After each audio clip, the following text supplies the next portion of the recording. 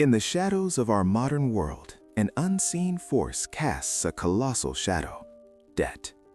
Every single nation on Earth finds itself entangled in its intricate web. The United States, a titan of industry, shoulders a staggering $38 trillion. Across the Pacific, Japan grapples with $9 trillion of its own.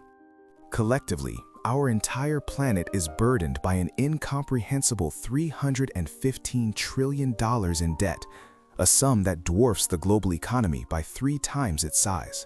But here lies the terrifying paradox, the question that should send shivers down your spine. If every country, every entity owes money, then who, precisely, is owed? The answer is far more unsettling than you might imagine, for when you meticulously trace the labyrinthine chain of creditors, following every thread of who actually holds this immense global obligation, a profoundly disturbing truth emerges. The world, it turns out, doesn't owe money to some benevolent external entity. It owes money, astonishingly, to itself. Yet this peculiar system, this self-perpetuating cycle of global indebtedness, was not an accident of nature or a mere economic phenomenon. It was meticulously, deliberately designed. 4 influential bankers, spanning 3 centuries, engineered this grand scheme. They forged a system where national debt would never truly be repaid, where governments would borrow eternally, and where interest would flow perpetually upwards. These architects of the trap would then profit handsomely from every single payment, every devastating financial crisis, and every massive bailout. This is not some far-fetched conspiracy theory whispered in hushed tones. This is meticulously documented history, etched in public records. The clandestine meetings happened, the binding contracts exist, and the intricate financial mechanisms are all a matter of public record. Once you grasp the ingenious way they constructed it, you will finally comprehend why a $38 trillion debt in the United States isn't a problem begging for a solution. It is, chillingly, the system operating precisely as intended. Allow me to introduce you to these 4 architects, to the specific moments when this global debt trap was ingeniously engineered. You will see why every single government on Earth is now inextricably caught within its coils, with seemingly no viable escape. Before the pivotal year of 1694, the practice of royal borrowing was a fundamentally different affair. Kings, in their times of urgent need, would traditionally seek financial aid from wealthy merchants or powerful nobles, promising a clear repayment schedule along with a fixed rate of interest. It was a straightforward, if often precarious, arrangement. Should a monarch find himself unable to honor these promises, a default would occur, leading to significant losses for the creditors. The king would then simply seek new lenders. This system, while risky for those who lent their fortunes and undeniably embarrassing for the crown, kept the scale of indebtedness contained. Debt was always temporary, designed either to be fully repaid or to be wiped clean through default. The financial slate, in essence, was regularly cleared. Then came William Patterson, a man whose ambition burned brighter than his past successes.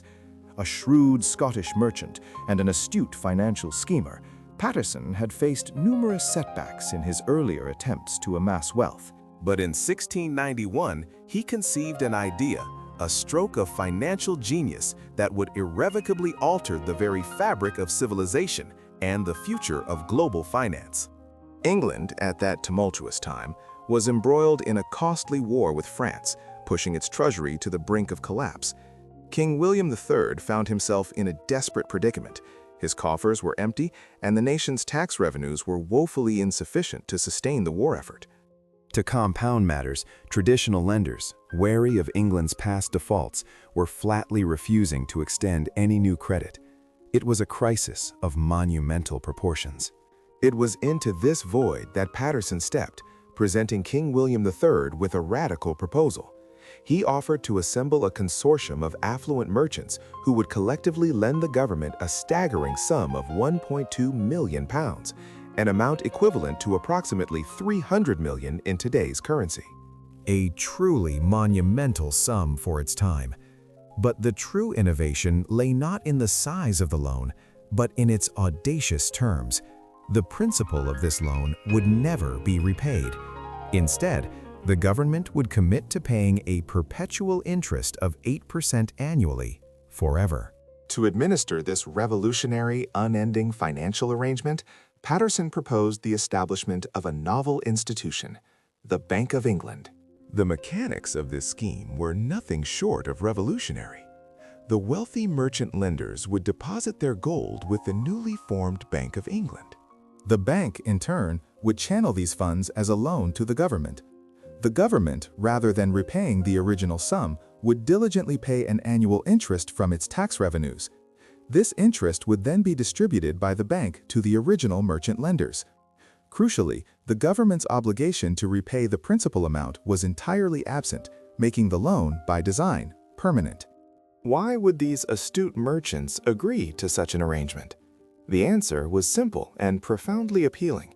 The interest payments were not merely promises, but were formally guaranteed by an act of Parliament, backed by the formidable and enduring power of the government to levy taxes upon its citizens.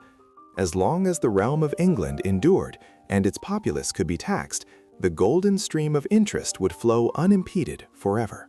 Furthermore, the banknotes that the lenders received in exchange for their precious gold were not just redeemable, they were highly liquid and easily tradable, functioning effectively as money.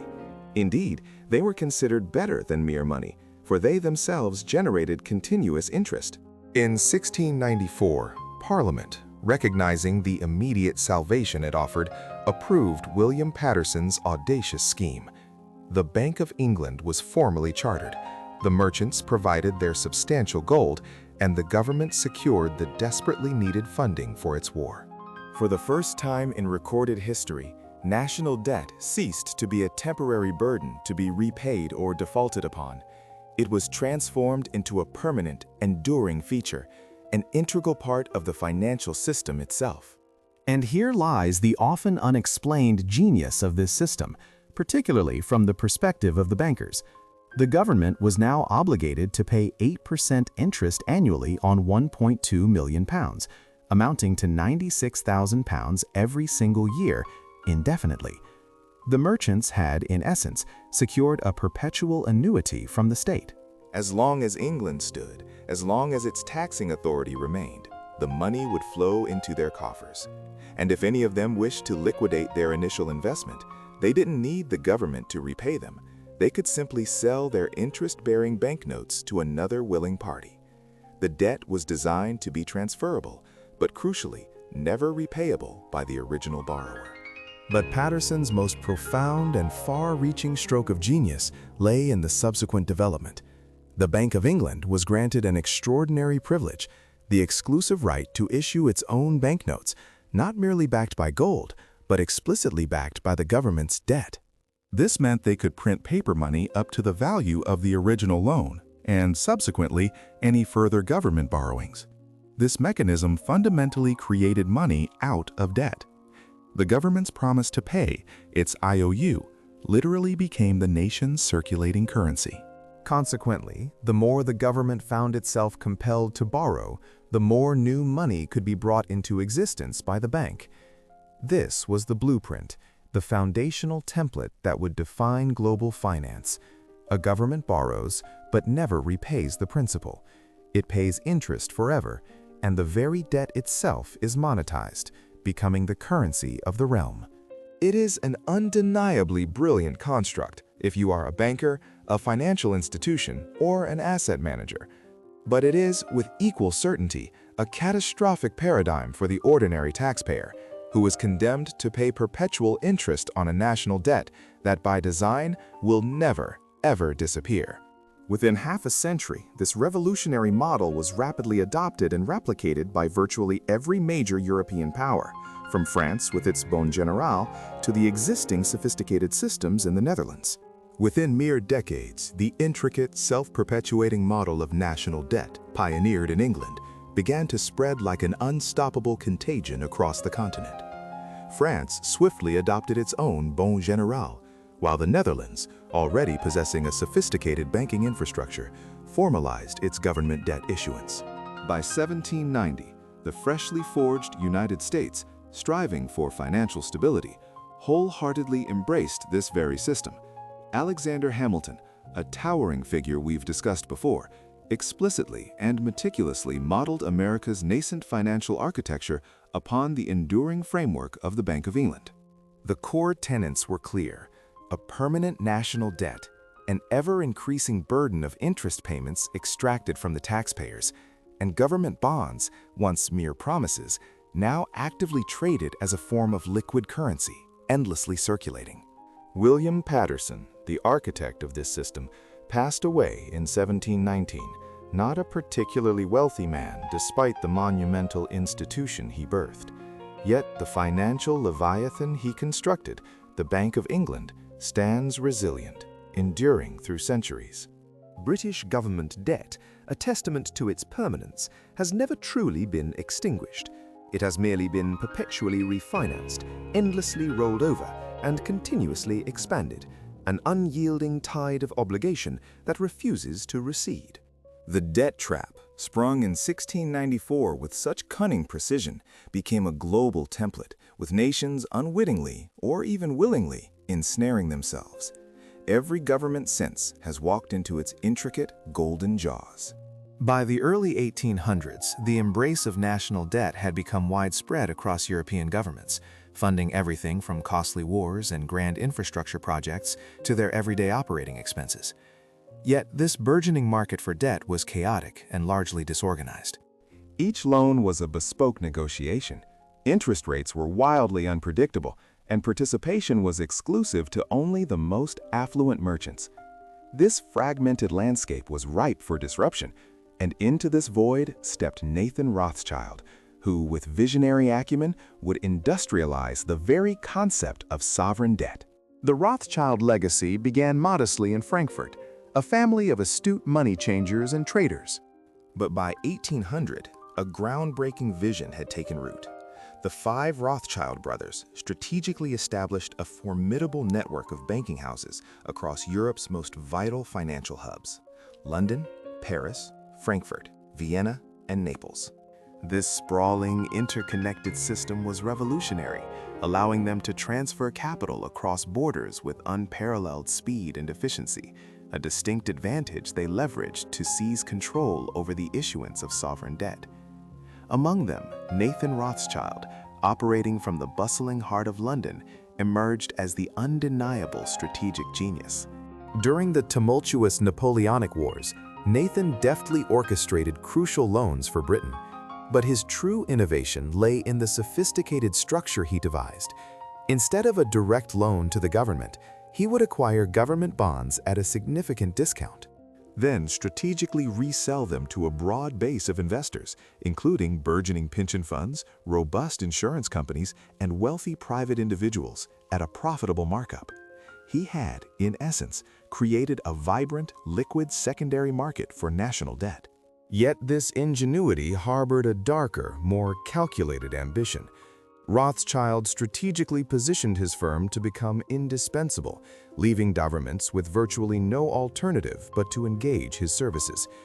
The infamous incident during the Battle of Waterloo in 1815 serves as a chilling testament to his power.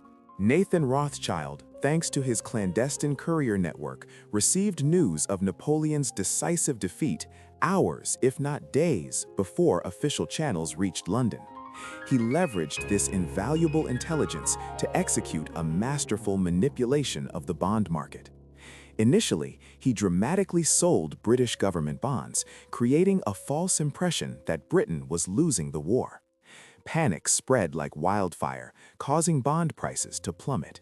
As other investors frantically offloaded their holdings, Rothschild quietly, systematically acquired massive quantities of these now rock-bottom priced bonds. When the official, joyous news of British victory finally reached London the following day, bond prices rocketed upwards, securing Rothschild millions. This was not merely insider trading as we might understand it today. It was a demonstration of absolute control over information and precise market timing. This strategic maneuver cemented the Rothschild model: control the flow of information, control the issuance of debt, and thereby control the entire market. By 1820, the Rothschilds' dominance over European sovereign debt was virtually absolute. Any government in need of capital was compelled to approach them, for the Rothschilds commanded an unrivaled network of investors, meticulously managed the distribution of bonds, and ruthlessly dictated the terms of every transaction. But Rothschild's true insidious genius lay in making sovereign debt universally tradable across national borders. Imagine a British government bond, initially purchased by a French investor, then sold to a German bank, which in turn used it as collateral for a loan to an Austrian aristocrat. The intricate web of ownership became so dense and interdependent that a single government defaulting was no longer a localized problem affecting a few creditors. It threatened to unravel and collapse the entire international financial network. This was the Rothschild innovation: to forge a system where debt was so profoundly interconnected that default became an impossibility, not out of national responsibility, but out of fear of triggering a catastrophic systemic collapse. Governments found themselves utterly trapped, compelled to continually make interest payments, often by borrowing even more money, thus perpetuating the cycle. The debt trap, once merely permanent, had now been rendered utterly inescapable. The Rothschild family's colossal wealth reached its zenith in the mid-1800s, positioning them as the richest family in the world, eclipsing even the most powerful monarchs. This immense fortune flowed from a single, relentless source: the never-ending stream of interest on sovereign debt. They were not producers nor builders. Their empire was constructed upon the simple yet profound act of lending money to governments and collecting perpetual interest. The foundational system that William Patterson had conceived in England in 1694 was meticulously industrialized and perfected by Nathan Rothschild by 1815, effectively ensnaring every European government in its intricate net. By the dawn of the 20th century, as America began its ascent as an undeniable economic powerhouse, its financial system, by contrast, remained remarkably primitive, still operating with a decentralized banking structure. The turn of the 20th century saw America emerging as a colossal economic powerhouse, yet its financial infrastructure remained surprisingly rudimentary. Unlike the established banking networks of Europe, American banks operated in isolation, the nation's money supply rigidly tethered to the finite reserves of gold. There was no overarching mechanism, no central authority to manage the complexities of national debt or to cushion the shocks of economic instability. This fragmented system, ripe for exploitation, presented an irresistible opportunity for a man of immense vision and ambition, J.P. Morgan. His intervention, however, was not altruistic. It was a calculated move to consolidate and protect his burgeoning banking empire. The fragility of this system was brutally exposed in 1907, when a devastating financial panic swept across the nation. Stock prices plummeted, banks crumbled under the weight of withdrawals, and the entire economy seized, threatening to drag the fledgling superpower into ruin.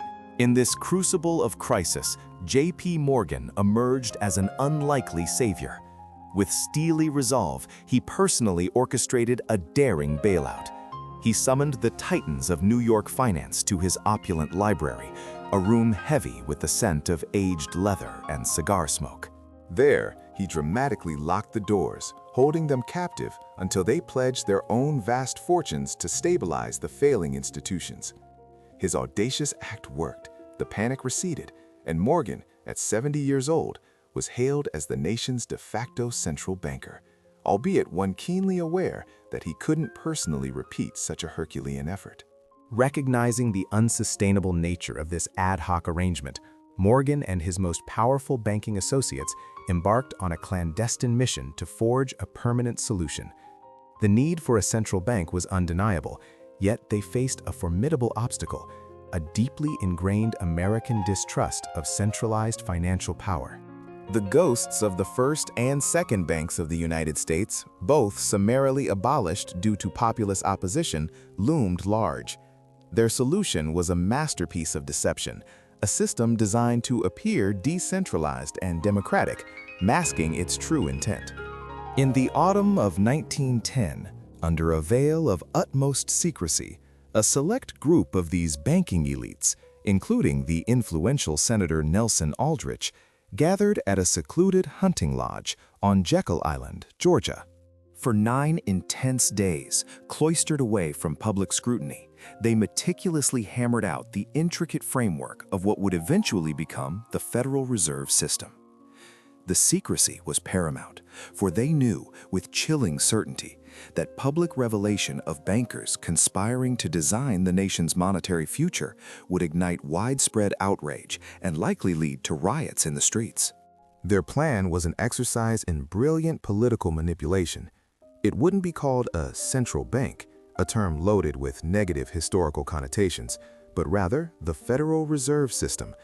Instead of a single monolithic institution, it would be presented as a network of 12 regional banks, creating an illusion of distributed power.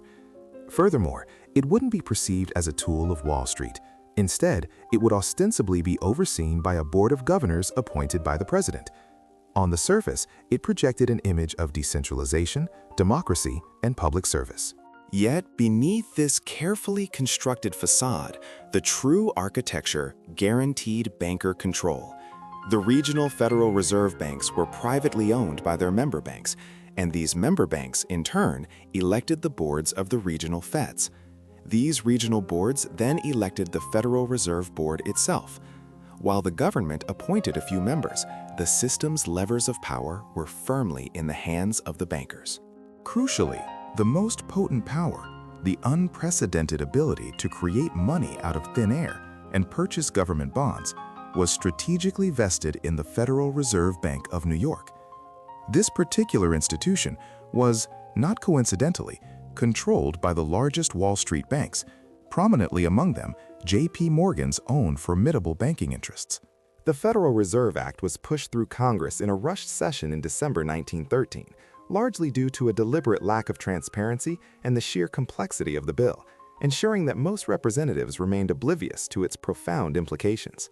With its passage, the debt trap, refined over centuries, expanded exponentially. No longer did the government merely borrow from existing banks with finite resources. Now it could borrow directly from the newly established Federal Reserve, an entity capable of conjuring money into existence solely to purchase government bonds. This created an effectively unlimited demand for government debt. The significance of this shift cannot be overstated.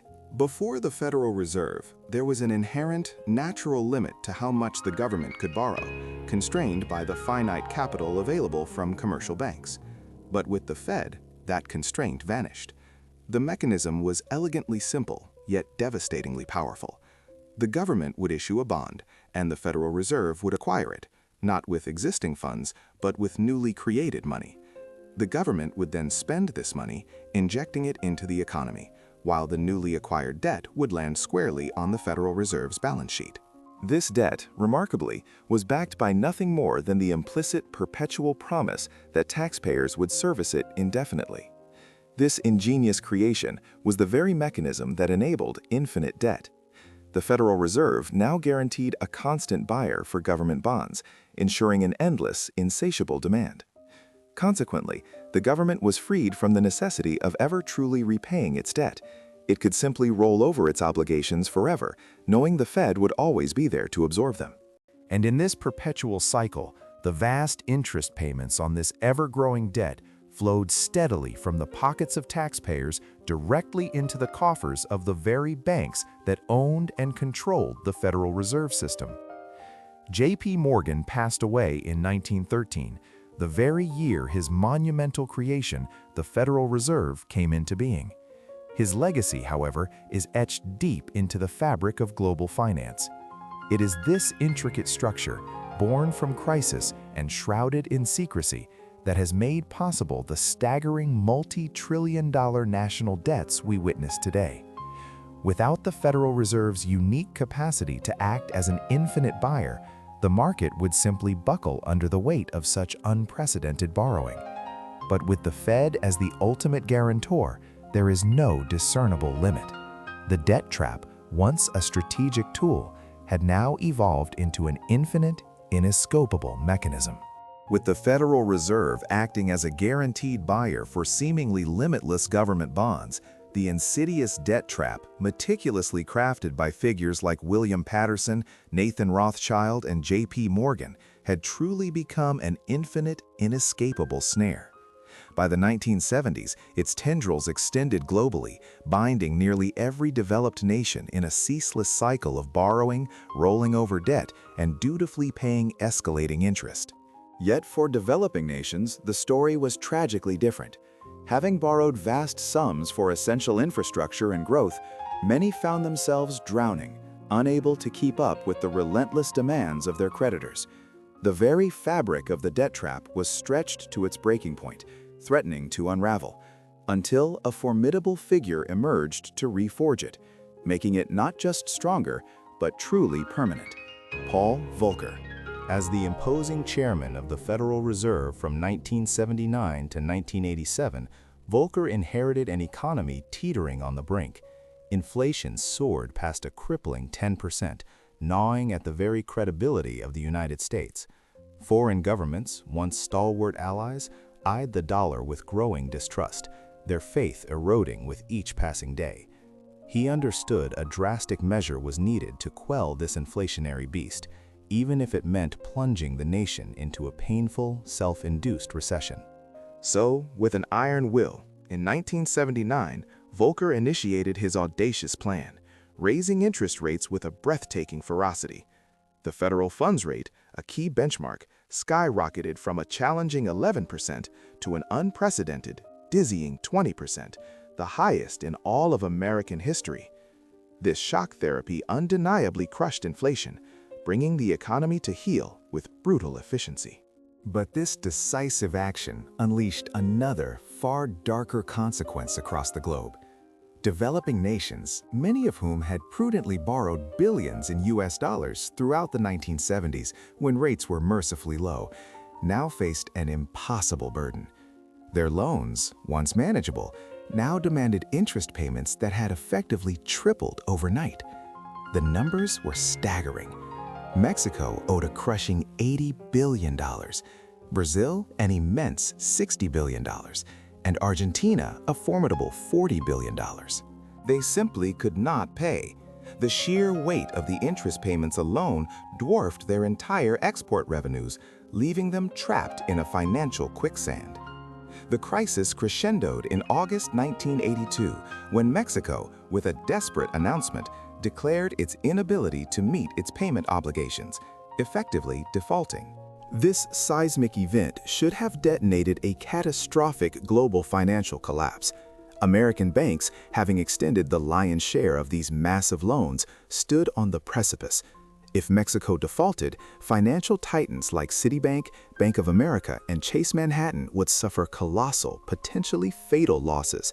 The entire interwoven global banking system hung by a thread, threatened with imminent failure. Paul Volcker, witnessing the impending disaster, faced a profound choice. He could have allowed the market to ruthlessly self-correct, permitting the banks to absorb their losses, letting the chips fall where they may. But he chose a different path, one that would redefine the global financial landscape forever. Instead, with meticulous precision, he orchestrated a comprehensive bailout, channeling it through the International Monetary Fund.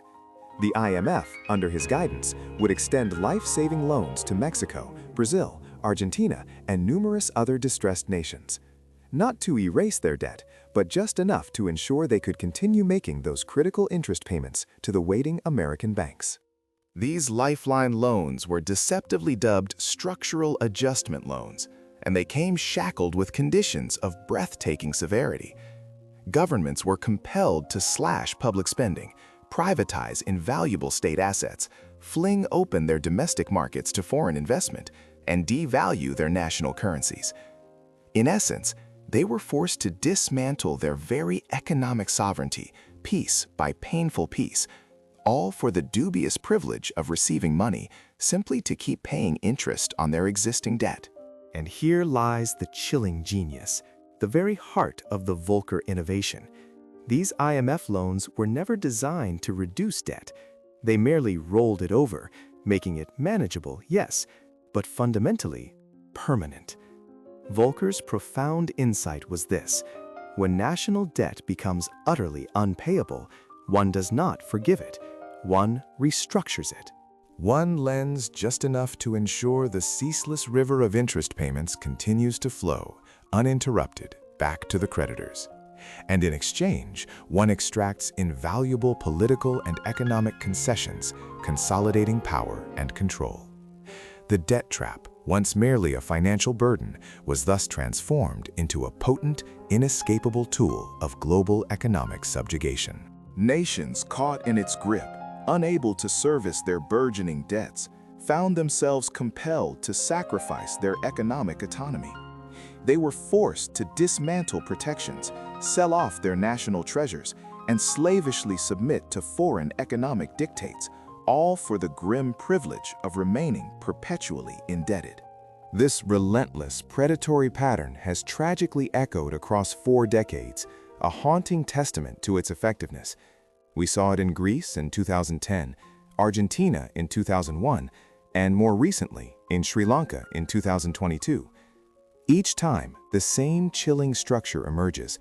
IMF loans advance to perpetuate interest payments, harsh austerity measures imposed, national sovereignty incrementally surrendered, and the debt itself, never truly eliminated, merely restructured, meticulously designed to be perpetual. Paul Volcker passed away in 2019, but his enduring legacy is the intricate, unyielding mechanism that has ensured the debt trap is now truly global and utterly inescapable. Even when nations are driven to their knees, unable to make payments, they are cruelly denied the catharsis of default. Instead, they are meticulously refinanced, bound to a new contract of permanent indebtedness, ensuring that the relentless stream of interest continues to flow, ceaselessly, to the very same creditors.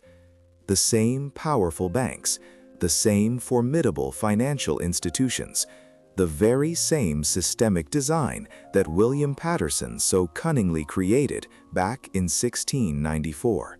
Indeed, the very creditors, the same powerful banks, the unwavering institutions, they perpetuate the exact same system William Patterson masterminded into existence in 1694. This grand, intricate design has only grown in scope and complexity. Now, allow us to illuminate precisely how these 4 visionary architects across centuries painstakingly engineered a global financial structure where debt is not merely a burden, but an infinite, inescapable force. Let us begin our journey with the foundational ingenuity of Patterson's original model. At its core, Patterson's model was elegantly simple yet profoundly revolutionary. A government, in its perpetual need, would borrow funds, agreeing to pay a ceaseless stream of interest forever, without ever being required to repay the principal amount of the loan itself. This was the birth of permanent sovereign debt, a boundless revenue stream for the chosen few. Then came Nathan Rothschild's crucial innovation, amplifying Patterson's concept exponentially. He didn't just make debt permanent, he globalized it, transforming sovereign bonds into tradable commodities, bought and sold across vast networks.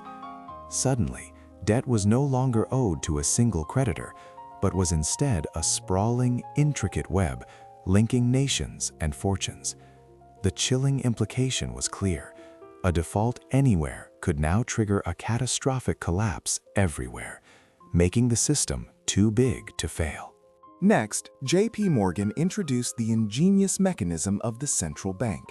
These powerful entities were granted the unprecedented ability to create money out of thin air, specifically to purchase government bonds. This innovation generated an almost unlimited artificial demand for sovereign debt, ensuring that governments could always borrow more, pushing the limits of indebtedness to an infinite horizon. Finally, Paul Volcker cemented the inescapable nature of this system. His strategy became the unforgiving trap for nations struggling with their colossal debts. When countries faced insolvency, The directive was not to forgive, but to restructure. This ensured that the principle remained, the interest payments continued, perpetually binding struggling nations and maintaining the vital flow of wealth to creditors. The chilling culmination of these innovations is the world we inhabit today, an astonishing $315 trillion in global debt. This includes not just government debt, but also staggering corporate and household debts. None of this colossal sum is ever intended to be repaid. Instead, every single dollar of it perpetually generates interest payments. This entire global edifice of debt is meticulously interconnected through the vast and intricate financial system. Thus, a single default in any corner of the globe, no matter how small, has the power to threaten a domino effect collapse across the entire interconnected web. To understand the specific insidious mechanism, let's examine the United States. The US government alone has issued a staggering $38 trillion in debt. Who then holds the keys to this immense fortune? Approximately $20 trillion of this debt is owned by what is broadly termed the American public, a complex tapestry of pension funds, mutual funds, insurance companies, commercial banks, and, crucially, the Federal Reserve itself. These powerful institutions are the primary purchasers of these treasury bonds. They acquire these treasury bonds because they are universally considered the safest of assets, a bedrock of stability in an otherwise volatile market. Yet, this safety comes with a colossal price tag. Those very bonds generate an astounding interest payment of approximately $1 trillion per year. Crucially, that annual trillion-dollar interest payment does not materialize from thin air. It is extracted directly from the bedrock of the economy, taxes. Thus, the diligent taxpayers send their hard-earned money to the government. The government, in turn, acts as a conduit, dutifully sending these funds directly to the bondholders, who are predominantly powerful institutions, often owned by the ultra-wealthy. It is, in essence, a perpetual, structural transfer of wealth from the labor of ordinary workers to the vast pools of capital, year after year, forever. Adding another layer to this intricate deception, the other $18 trillion of US debt is technically owed to the government itself, to vital programs like the Social Security Trust Fund and the Medicare Trust Fund. The government, having borrowed from these very programs and spent the money, now owes itself. Yet the burden ultimately falls back upon the taxpayers. For when Social Security or Medicare eventually needs to redeem those internal bonds, the government will be compelled to either raise taxes or borrow even more just to pay its own internal debt. It's a sophisticated shell game, yet the relentless flow of interest payments remains undisturbed, regardless of the internal accounting. Now, let us scale this intricate mechanism globally. Japan, for instance, carries a colossal $9 trillion in debt, predominantly owed to its own Japanese institutions and significantly to the Bank of Japan. Europe shoulders a staggering $14 trillion, largely held by European banks and the European Central Bank. Even China, with its unique economic structure, maintains significant domestic debt held primarily by its state banks. Across the world, every single nation, regardless of its ideology or governance, is operating within the parameters of this identical, interconnected system. Japan holds a substantial amount of US treasuries. The United States, in turn, holds European bonds, often facilitated through the powerful International Monetary Fund. Europe, completing the global loop, holds significant developing nation debt, often brokered by the World Bank. It is a vast, circular, self-perpetuating arrangement where, in essence, everyone owes everyone else. And through this dizzying web, the river of interest payments relentlessly flows upward, culminating in the coffers of the elite institutions that meticulously manage and profit from the debt itself. Now, here is the most profound and unsettling truth. This system can never, ever end. Consider the United States. If it were to somehow pay off its colossal $38 trillion debt, the entire money supply of the nation would utterly collapse. This is because, in our modern financial paradigm, New dollars are fundamentally created when the government borrows.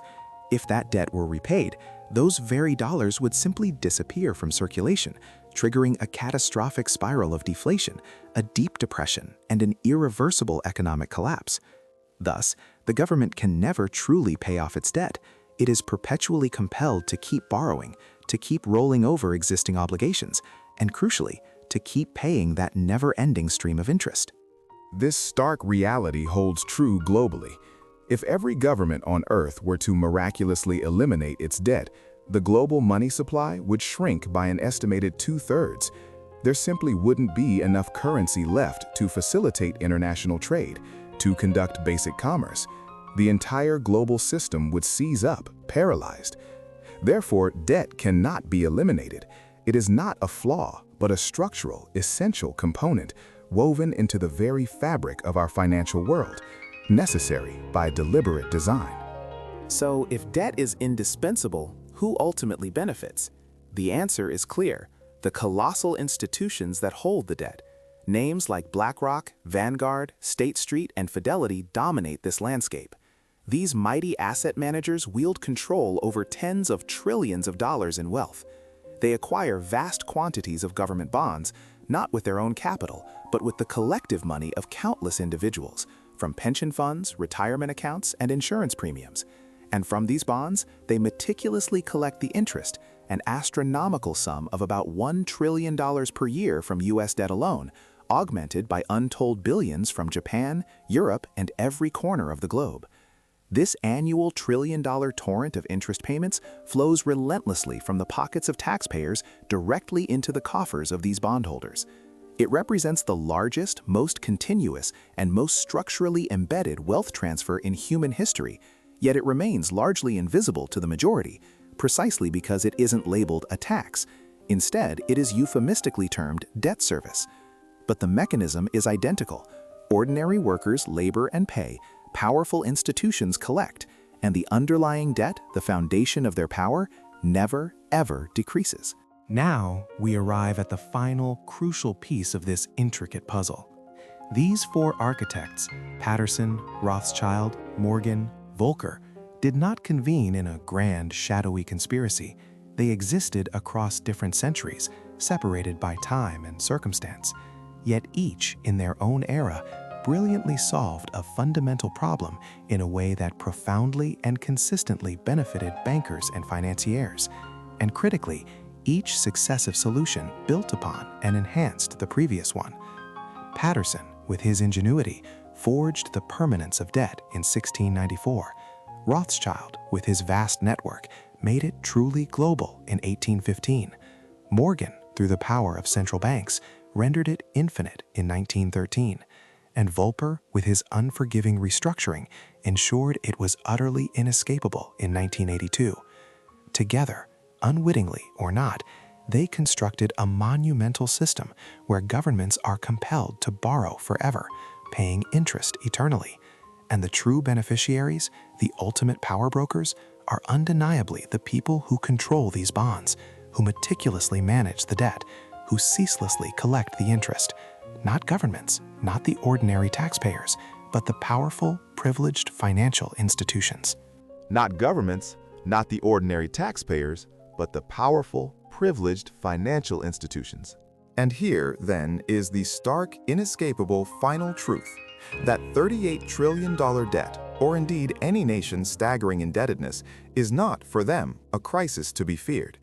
It is, rather, a meticulously crafted and supremely successful business model. Every single dollar of this debt is not a liability, but a valuable asset on someone's balance sheet. It generates predictable interest. It provides robust collateral for even more borrowing, perpetuating the cycle. And critically, as long as global confidence holds, as long as people and markets maintain their belief that governments will faithfully pay their interest, even if the principal is never repaid, the entire intricate system functions flawlessly. The debt trap is now utterly complete, woven into the very fabric of global finance. An escape, we are forced to conclude, is no longer possible. Not, at least, without triggering the catastrophic collapse of the entire financial system as we know it. 4 distinct architects spanning 3 transformative centuries converged, perhaps unknowingly, to create one omnipresent system. And now, every single individual on Earth is inextricably caught inside its web. If this revelation has fundamentally altered how you perceive government debt, if you now finally grasp that $38 trillion, or any national debt, is not some unforeseen accident or grievous mistake, but rather a sophisticated system diligently working precisely as it was designed, then you are beginning to truly comprehend how power actually operates in our world. Subscribe if you are willing to delve deeper, to understand how this intricate machine was meticulously built, and more importantly, to identify who precisely is operating its levers. Because rest assured, they are not going to teach you this profound truth in any traditional school curriculum. There, you will be taught that debt is a problem to be solved, a temporary imbalance. But the architects, those masterminds, they knew better. For them, debt isn't a problem. It is the absolute foundation upon which their entire world is built. And interest, the relentless flow of interest, is the perpetual rent we are all compelled to pay to exist within their meticulously constructed, inescapable system.